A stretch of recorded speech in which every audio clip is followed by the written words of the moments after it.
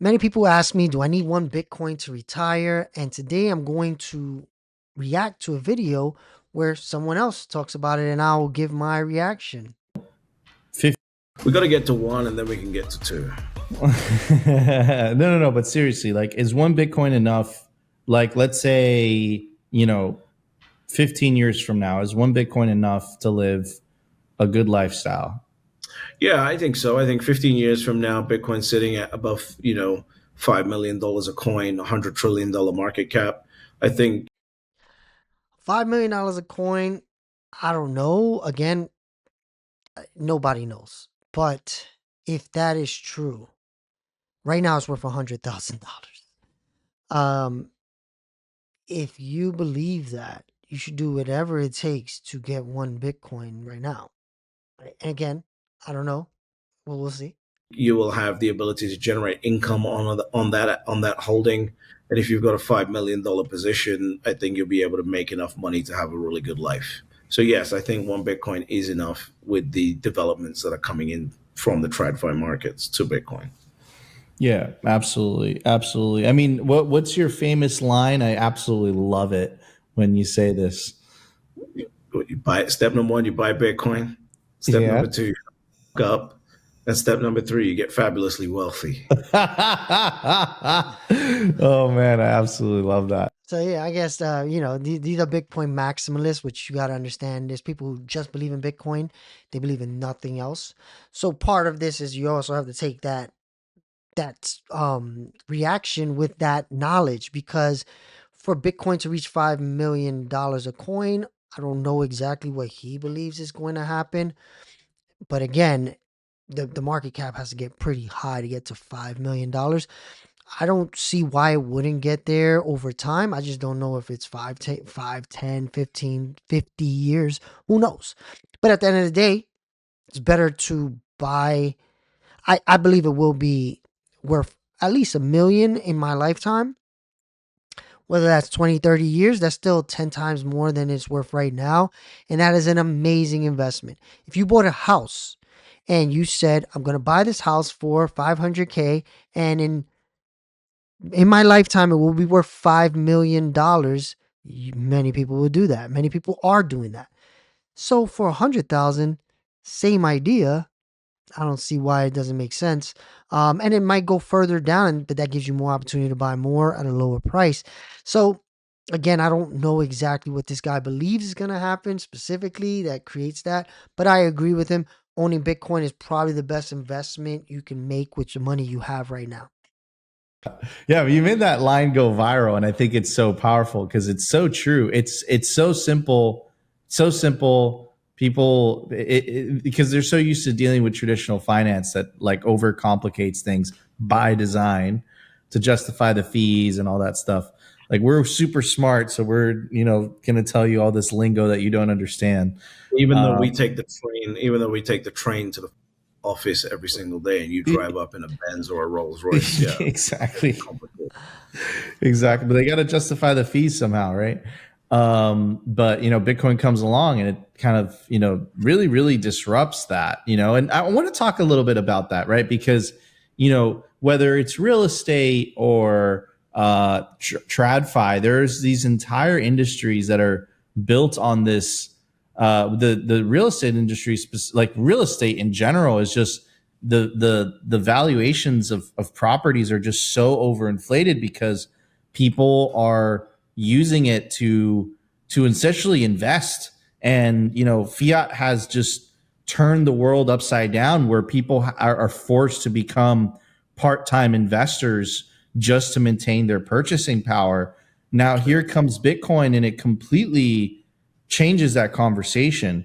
Do you foresee the next 10, 15, 20 years the prices of real estate going down? Because it's already been going down if you're using Bitcoin as your unit of account. But I guess the question I'm asking is, do you see the premium on real estate going down, essentially it being reallocated from real estate as people realize that real estate is an inferior investment than Bitcoin, an inferior asset?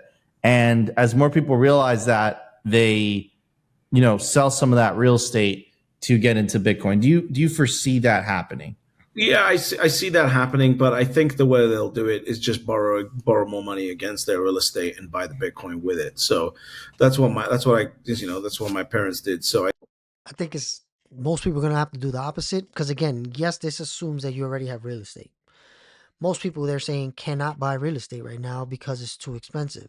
So I think most people are going to buy Bitcoin, and as Bitcoin grows in value, they'll borrow off of it to buy real estate. Because if you buy 100K of Bitcoin and it turns into $1 million, and properties now are worth $800,000 when you were buying them they were worth 300, you're more likely to be able to buy a property because you own Bitcoin, unless they do things like this 50-year mortgage that they're just talking about, which is insane. But yeah, there's going to be ways to get into houses. And I've thought about many ideas around using Bitcoin and Ethereum as a down payment and then also dollar cost averaging as you pay off your loan.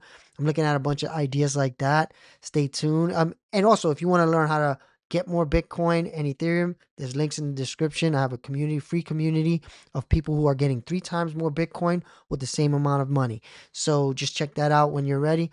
And let's see what else they're talking about. I think that's going to be the way that it shakes out. I do, however, see one of two options for real estate at this point. Either the real estate prices are going to come down, or you're going to see an environment where you see real estate prices stay stagnant for a very, very, very long period of time, while earnings and wage inflation catches up with that to shrink the inequality gap that's been created due to the high real estate prices. So I think that's Another thing is if you study real estate and as you become more financially literate, you have to study every asset class. And real estate is artificially kept, with prices high because they don't allow people to build more real estate. If you were able to build more real estate, the prices would come down. But since they force cities not to build more, keeps the prices high. So if that ever changes and more homes are able to be built, prices are going to come down. If you look at places like Japan and stuff where they don't have as many people as they used to, you can buy property there for very little because they have less people and more property. As long as you have more property than people, prices will come down. But in cities where most people have to be to work, there's less property than people. So there's higher prices. You can go further out and buy property for cheap, but then most people don't want to live in those places. So this is where there's many different factors with real estate. definitely going to happen. One of those two things. Either way, that what that means is either way you're going to see a dollar destruction of value based on the price of your real estate if you own single family homes and things like that, or you're going to see a dollar stagnation of value in terms of price for a very long period of time. There is no way that you can keep the economy running at these real estate prices. It is rather at the growth of these real estate prices. So you're going to have to control that in order to stay in power. Otherwise, people are going to get really pissed off. The good news about Bitcoin is that if you are TradFi, you can utilize Bitcoin to do all of these things that you were doing with real estate, printing money and shoving it into an asset that really doesn't move. And you could do it with Bitcoin without taking your foot off the pedal, right? Because there's no one jumping off of a building. There's no one, crying about losing their house. There's no debt to lend out. There's nothing. It's basically a few a few big players that are doing this with their already highly linked and highly juiced in, TradFi products that are out there. And you keep it going. So that's the way I see it. I see that the pedal is about to go to the floor on the amount of money that you can print and liquidity you can generate.